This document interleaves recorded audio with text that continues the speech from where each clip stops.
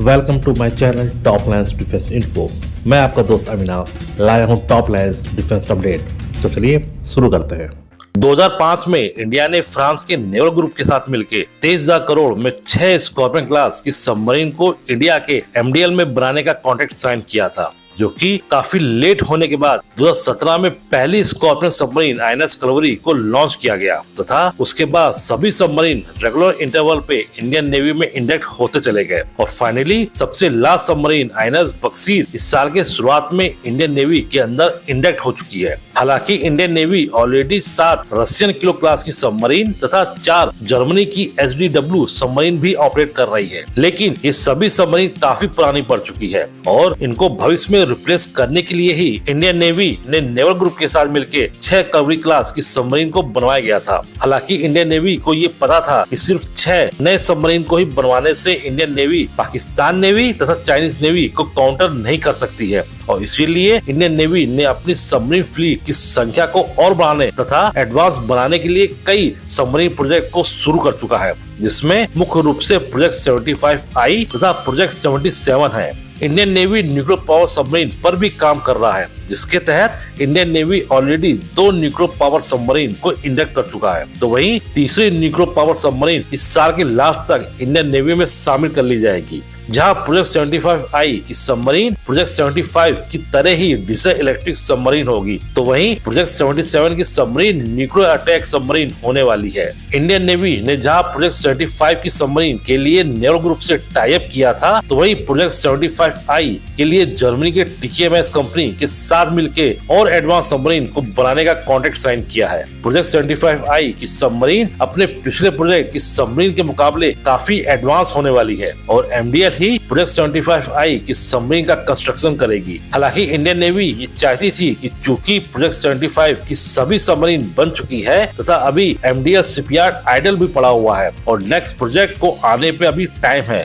और इस idle time का उपयोग करते हुए 3 और स्कॉर्पियन क्लास की सबमरीन बना ली जाए और इसके लिए बाकायदा नेवल ग्रुप के साथ प्राइस निगोशिएशन भी हो चुका था। लेकिन जब से प्रोजेक्ट 75I के लिए जर्मनी के टीकेएस कंपनी ने अपनी सबमरीन की कैपेसिटी शो ऑफ करी है, तब से इंडियन नेवी इनकी कैपेबिलिटी से इम्प्रेस होके अब वापस स्कॉर्पियन क्लास की सबमरीन पे नहीं जाना चाहती है। जर्मनी की सबमरीन एआईपी इनबिल्ट होने के साथ लैंड अटैक मिसाइल से भी लैस होगी, जिसमें इंडियन नेवी ब्रह्मोस को शामिल करना चाहती है और ये सबमरीन स्कॉर्पियन सबमरीन के मुकाबले नेक्स्ट जनरेशन वाली है और इसी वजह से इंडियन नेवी अब एक फ्यूचर प्लान के तहत 6 की जगह 9 जर्मन सबमरीन को बनाने का प्रपोजल गवर्नमेंट को दे चुकी है।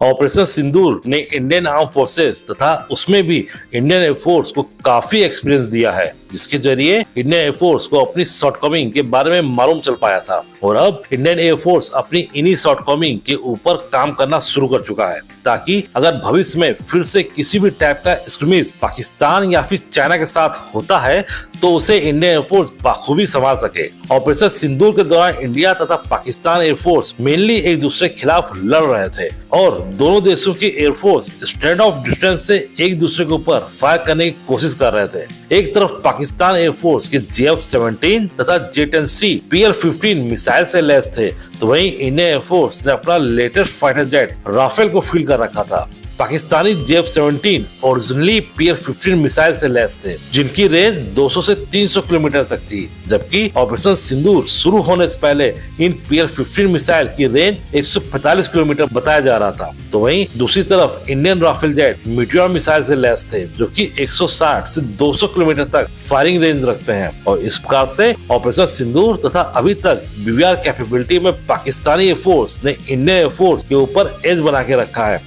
और अब बात करते हैं उन शॉर्टकमिंग की जिसको पार पाने के लिए इंडियन एयरफोर्स ने कमर कस ली है। ऑपरेशन सिंदूर के बाद इंडियन एयरफोर्स को ये मालूम चल चुका था कि BVR फाइट में इंडियन फाइटर जेट कमजोर पड़ रहे थे और इसीलिए इंडियन एयरफोर्स के सजेशन पे DRDO ने इंडिजियसली बनने वाले अस्त्रा मिसाइल को इम्प्रूव करते हुए इनकी अस्त्रा 2 मिसाइल की रेंज 200 प्लस किलोमीटर तक बढ़ा दी है। पहले अस्त्रा 2 मिसाइल की रेंज 160 किलोमीटर तक थी, लेकिन फ्यूचर रिक्वायरमेंट को देखते हुए इसको दूसरे मिसाइल के बराबर का बनाने का प्रयास शुरू हो चुका है, ताकि इंडियन फाइटर जेट भविष्य में पाकिस्तान तथा चाइना को BVR फाइट में टक्कर दे सके। तो वहीं DRDO ने अस्त्रा 3 के ऊपर भी काम बढ़ा दिया है, जिसकी रेंज 300 प्लस किलोमीटर होने वाली है और इंडियन एयरफोर्स ने भी करीब 700 की संख्या में इनका ऑर्डर देने का मन बना लिया है।